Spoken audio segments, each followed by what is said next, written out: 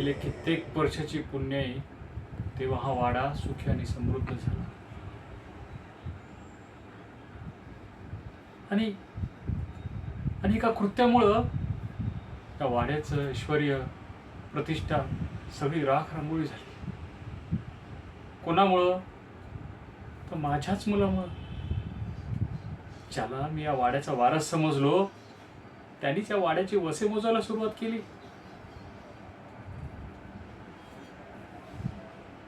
अंगा खांद्यावर खेळवलं त्याला मी. वाटलं होतं मी नसेल तेव्हा हा ताकदीनं हा बाहेर पेलून नेईल, पण त्याने तर पायाच खांदायला सुरुवात केली. असलं हे कृत्य म्हणायचं. कोणत्या तोंडाने त्या लोकांना सामोरे जाऊ, कशी नजर त्यांच्याशी मिळू.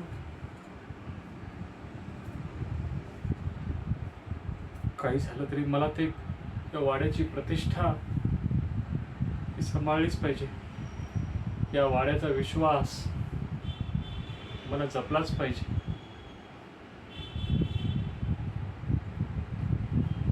आज या वाड्याची प्रतिष्ठा राहील, नाही तर माझा मुलगा